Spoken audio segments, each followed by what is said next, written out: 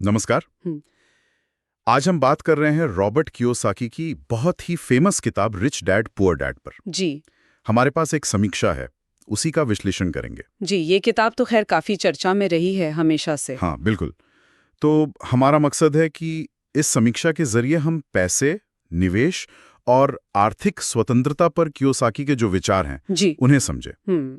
मतलब समीक्षा क्या कहती है इस पर? हाँ, कि समीक्षा किस नजरिए से देखती है इन विचारों को। सही। तो समीक्षा की शुरुआत ही होती है कियोसाकी के उस कॉन्सेप्ट से, हम्म। दो पिता वाली बात, जी, वो गरीब पिता और अमीर पिता। जिनकी सोच पैसे को लेकर बिल्कुल अलग है। हाँ। एक अकादमिक पिता, दूसरे वो बिजनेसमैन, दोस्त के पिता। जी। तो चलिए देखते हैं समीक्षा इसे कैसे समझाती है। जी।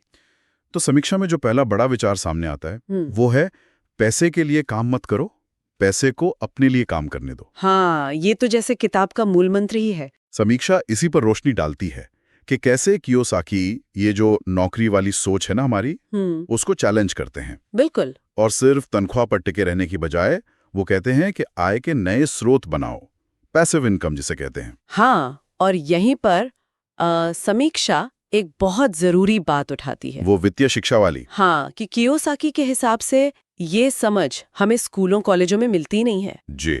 समीक्षा इसे वित्तीय निरक्षरता कहती है और बताती है कि कैसे अमीर पिता अपने बच्चों को ये बातें बचपन से सिखाते हैं। और समीक्षा के मुताबिक कियोसाकी मानते हैं कि यही ज्ञान की कमी है जो आम आदमी और अमीरों के बीच की खाई है। बिल्कुल सही।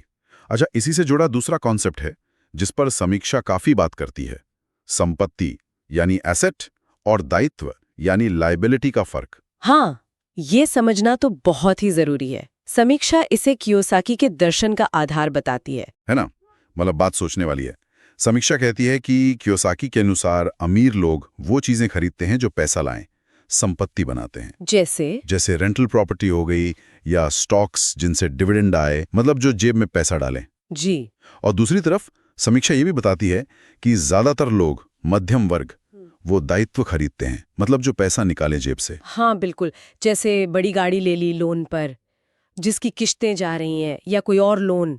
और कियोसाकी का वो तर्क जो समीक्षा सामने रखती है कि आपका घर भी, अगर वो सिर्फ पैसा ले रहा है आपसे, मेंटेनेंस, टैक्स, लोन, और कोई आय नहीं दे रहा। हाँ, तो वो तकनीकी रूप से एक दायित्व है, संपत्ति नहीं। जी, ये फर्क समझना ही समीक्षा के अनुसार अमीर पिता की सोच का निचोड़ है। ये संपत्ति दायित्व वाली बात मुझे लगता है सीधे उस मनोवैज्ञानिक पहलू से जुड़ती है जिसका जिक्र समीक्षा करती है, डर और लालच वाला।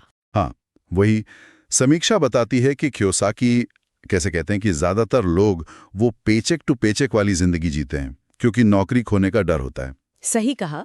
समीक्षा इस बात पर गौर करती है कि कियोसाकी इसे चूहा दौड़ कहते हैं, रैट रेस। हाँ, रैट रेस। और अमीर पिता का रास्ता, जैसा समीक्षा बताती है, वो है कैलकुलेटेड रिस्क लेना, सोच समझकर जोखिम उठाना। जी, और अपना वित्तीय ज्ञान बढ़ाना, और पैसे के मामले में भावनाओं से बचना, डर या लालच में फैसले न लेना। समीक्षा ये भी कहती है कि कियोसाकी के लिए असफलता भी सीखने का हिस्सा है, डरने की चीज नहीं। बिल्कुल। और ये मानसिकता बदलना शायद सबसे मुश्किल काम है। समीक्षा का भी यही मानना है। तो फिर इस पूरी चर्चा का, खासकर इस समीक्षा के नजरिए से, सार क्या निकला? देखिए, समीक्षा का निचोड़ यही है कि ये किताब सिर्फ क्या करें नहीं बताती, बल्कि कैसे सोचें इस पर ज्यादा जोर देती है।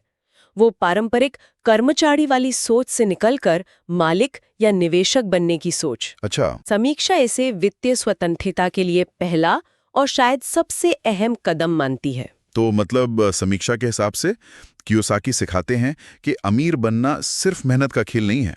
नहीं, बिल्कुल नहीं। बल्कि सही फाइनेंशियल एजुकेशन, संपत्ति बनाने पर फोकस और डर पर काबू पाकर स्मार्ट फैसले लेना, ये सब जरूरी है। एकदम सही। यही इस समीक्षा से निकले मुख्य सबक हैं।